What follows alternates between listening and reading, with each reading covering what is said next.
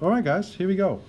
So today we'll be talking about Romanticism art or romantic art. And what I want you to think about when you hear the word romanticism is that it has nothing to do necessarily with romance, but it has everything to do with feelings. And those feelings are positive feelings, but also negative feelings. Basically, this art wants to emotionally engage you. That is the whole purpose of it, right? Now, we just came out of neoclassical art, where everybody was trying to get the people to become a democracy, for the normal people to fight against the people that ruled them, right? Now, and they had a successful revolution. Revolutions, of course, are terrible. Lots and lots of people die. It's really messy affair, right?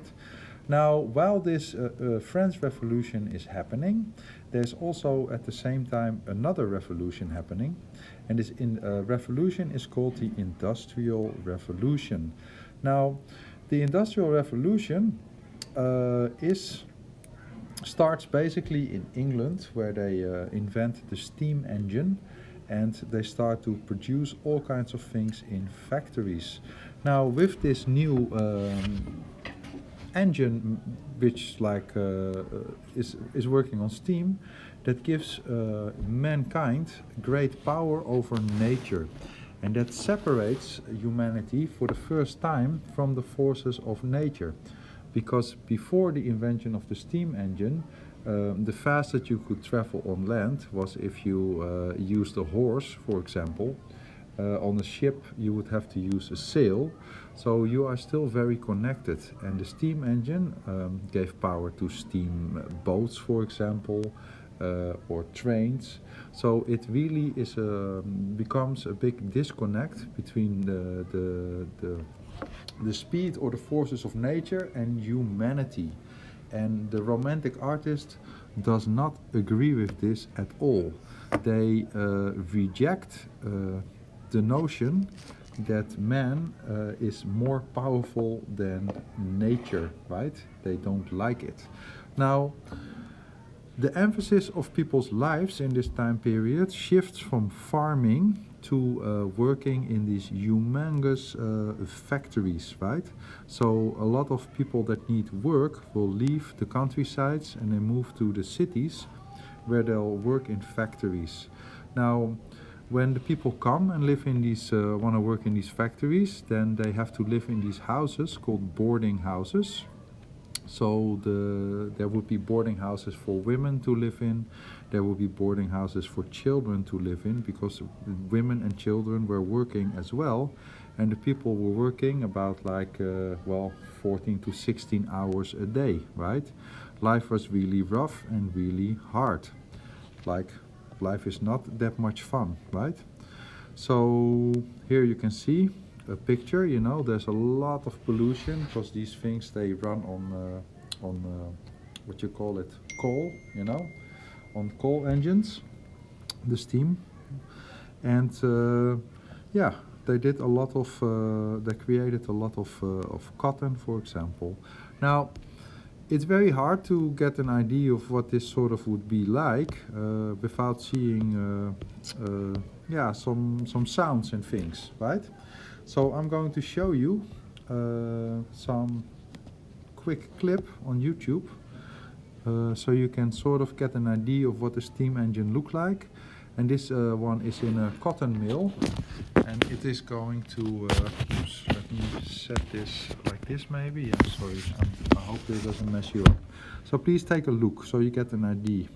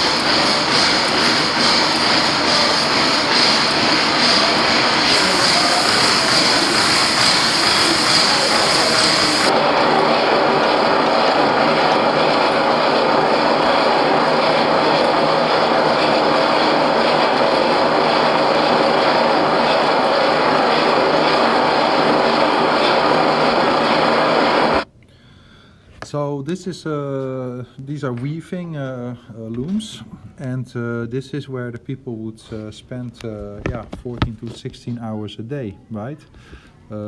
Working in these factories, being paid very little, right? So life was quite difficult for the majority of people, right? This is also a little bit the beginning of capitalism, right? Okay. Now, the romantic artist doesn't like the pollution, and it doesn't like that, you know, nature is more powerful than man. Now, another thing they don't like is that there is a lack of fantasy, right? Now, I have to explain that a little bit, right? So, when we're talking about the Greeks and the Romans, they believed in all kinds of different gods, right? Then after that, the Europeans started to believe in God, and God would explain everything. But then, when the Renaissance starts to happen, then people start to do science, and they start to explain everything with reason, right? And when you explain everything with reason, there is a lack of fantasy stories, right? And they miss these stories, right? So they will try and incorporate these things back into creating art. And not Christian religious things, but all kinds of other things I'll show you, right? Now, they also focus on something called reason, because if you can explain everything, then you can use a reason to explain things. And they're trying to show us all kinds of paintings that where things are happening that you cannot explain, right? So they'll show you really brutal paintings of people suffering, and then they say, see, you know, like, how can you explain why people behave like this, or why they treat each other in a certain matter, right? Okay, so I'm going to show you lots and lots of images, because I'm a big fan of this type of art, right? So here we go. You can read this for a second if you want, because this is really what it's all about, you know, like, yeah.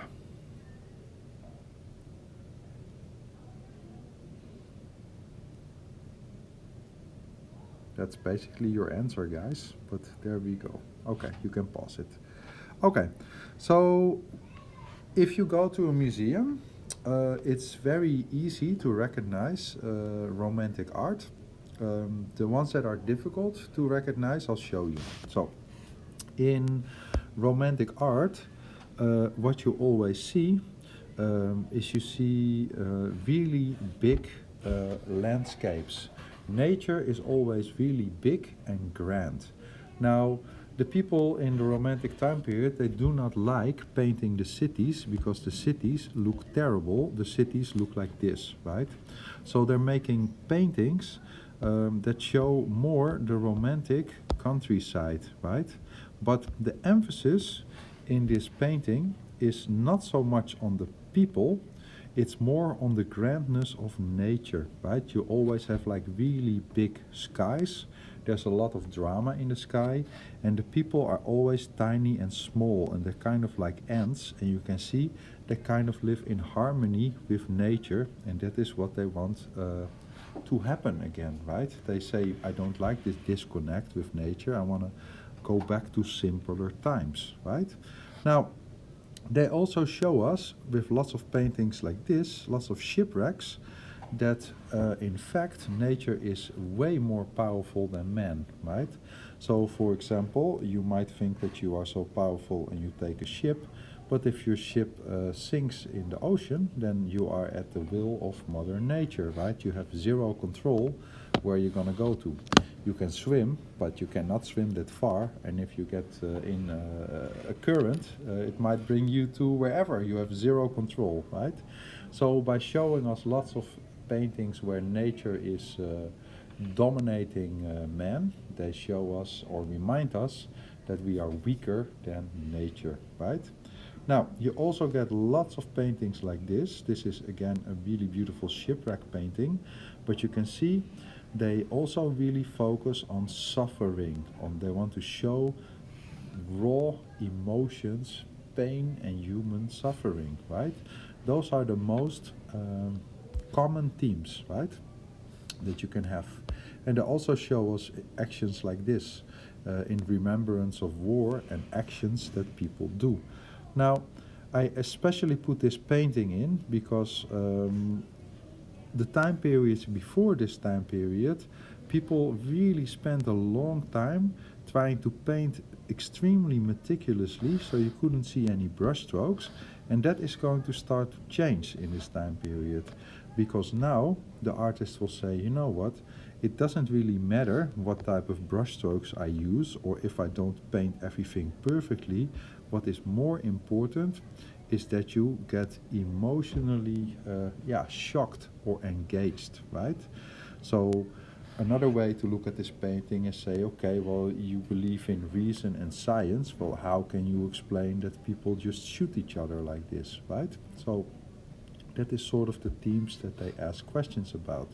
It's also for the first time that people really start to make horror paintings, like true horror, pain and suffering. Of course, this is Saturn and this is devouring his child, right? This is a story we talked about in the beginning when we talked about the Greek and the Roman gods of Kronos eating his child, right? Or Saturn, if you look at how the Romans name him, right? So this is a very basic one, or a very famous one, right? You can see he is looking out at nature. Nature is big, he's just a small human. Nature is vast, it is, you know, like you gotta be in it's mysterious, right? Here. These ones are the ones that are difficult to recognize, but I'll show you a lot of examples. Romantic art is one of my favorite types of art because, yeah, I just really enjoy it. Okay, here we go. So, this is a beautiful romantic painting. How do I know it's a romantic painting? Well, there's a lot of action and drama happening, right? But the focus is on the big, large-scale drama, right? And the people are like really tiny. They're like little ants running around, right? And the sky is really big. Now, same thing over here. We have a huge sky, right? And we have tiny people. And we have a little bit unfinished type of painting, right? This, like, it's very rough. And they agree with that. Here. Lots of paintings like this where we get like pain and suffering, you know. Why do people hurt each other? I cannot tell you.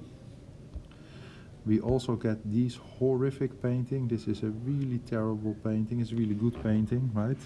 This painting is a woman, and this woman has gone insane, right? She's gone insane. You can see in the left-hand side, there's no more food for her to eat. There's holes in the ceiling of her house, so she's gone totally crazy. You can see she's so hungry. She's starting to cook her baby's leg, right?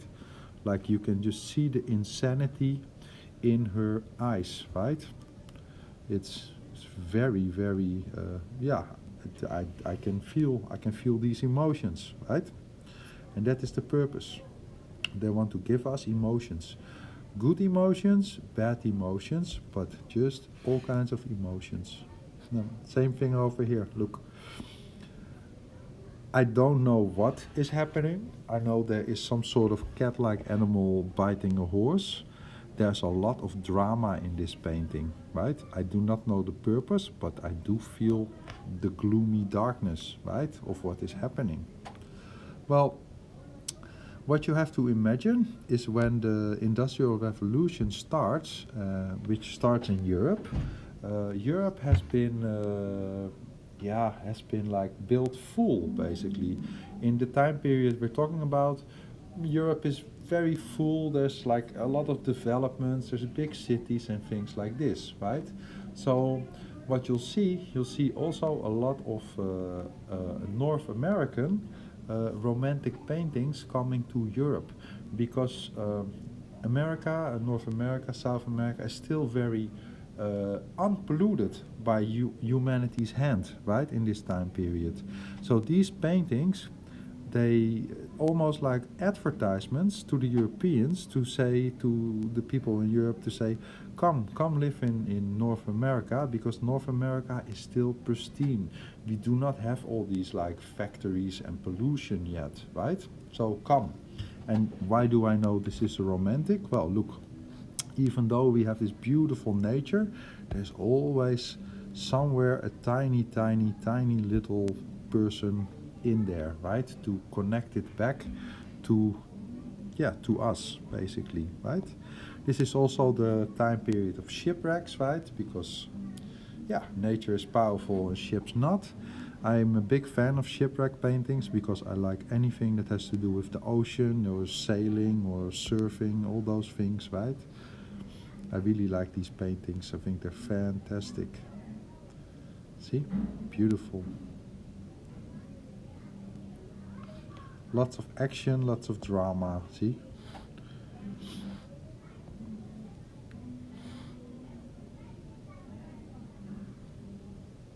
This is an avalanche you can see over here, right? Super nice. Some dark and mysterious actions over here, see? And then here we have a, yeah, whoops, this thing. I just realized I'm taking this video lengthwise. I'm really sorry about that. I'm just gonna switch it now sideways because it's gonna give us a lot more to see. I'm sorry about that. So here we go.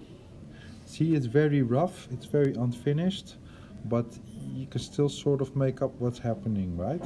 And this is of course gonna inspire later painting styles as well. Look. Here we have a lot of drama. This lady has already passed out. There's a lot of wind, you can see it in the trees, but the big storm on the left still is building. It still has to come, right? And there's this really random lightning bolt here in the right, which you can see, right top corner. We also get all these like, you know, like fantasy fight story things again, right? Like this. Look. And really see how unfinished things are, right? It's really, look, in the time periods before this, when people would see this, like, oh, that's a cool painting, but why don't you finish it? You haven't defined any of these grasses yet, right? So they allow that to happen again. See, this one is totally finished. Lots of pain and suffering, see? Look. This is about war, obviously, right? Look. You can really look at these eyes here, look. See? Wow. You see the insanity, you know, in people's eyes.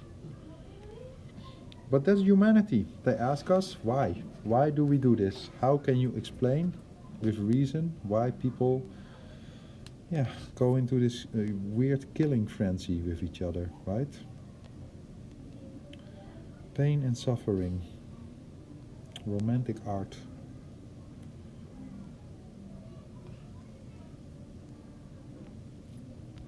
Here, all romantic paintings, see? Dark.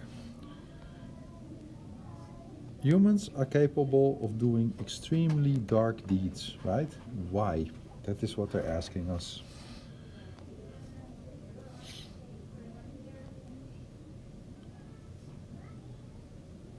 You also get fantasy-inspired art, again, in this time period. Look, things like this. I have no idea what the story is, but I do know that's a romantic painting. It's got a big, beautiful landscape. It's got tiny people, right? I don't know the story. It's fantasy art, right? So you get lots of these really interesting fantasy art being made in this time period as well, which is fun, right?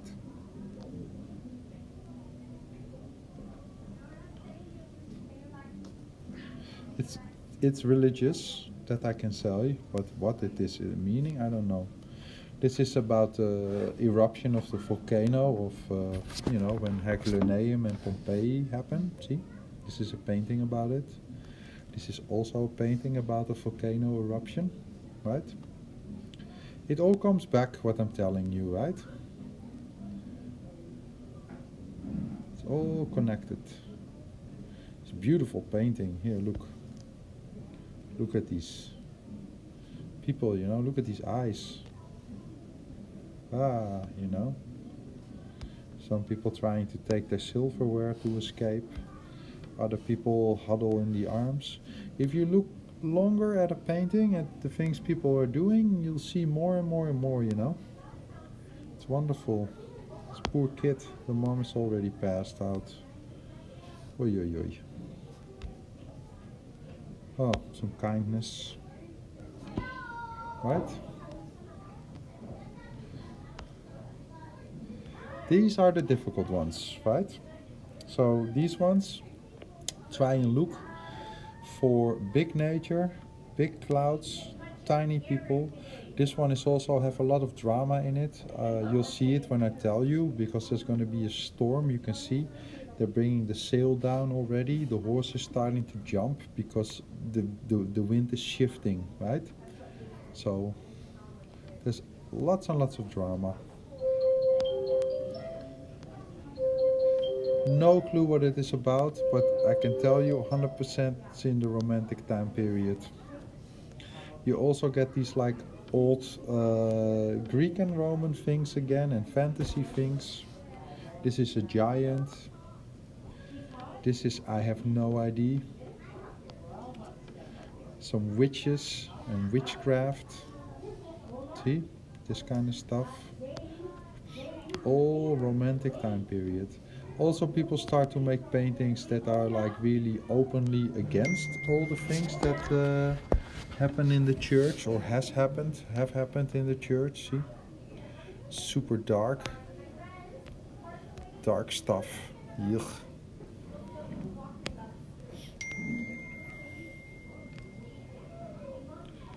Beautiful American one. This is really another commercial to say, look, come live in North America, it's so beautiful. It's a beautiful painting. Tiny person. Same thing. Same thing. Look, there's always tiny people in there somewhere, or some remnants of civilization, right?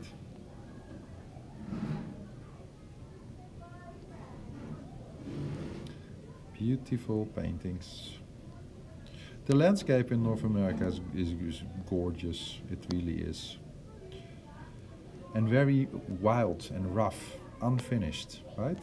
It's also the beginning of horror fiction, right? Where people start to write stories. For example, the story of this guy. What's his name? I can't think of it right now. He is written, Frankenstein is written in this time period, for example, right? Now, still people make a lot of romantic art. It's more sort of like horror art, what they make these days. But I consider this to be contemporary romantic art, right? So, yeah, I like romantic art a lot. So I'll show you some examples. These are paintings from Francis Bacon. He created really horrific, dark, blue art. I don't like it. I've seen a documentary about him. He was a very troubled soul, but his art is quite famous and it's pretty interesting. Then there's these guys named Jake and Dinus Chapman. They only make art that is horrific. That's their whole joy. Look, they make statues of the drawings that were there before that we saw. They create all kinds of horrific scenes. Look, like this. These are all tiny little scale models. And McDonald's clowns. Lots of like, society things. Look, this guy makes these things. I really like these. I think they're super interesting. Super cool. It means nothing, but it is so much when you look at it, right? Use your lunch, please, with Lynn Vonk. Please contact in the office, Lynn Vonk. Thank you. That is me. Okay, I will wrap it up. Chup, chup, chup. Awesome. Okay, I'm a big fan of romantic art. I think it is the best. Good. I'll see you later, guys.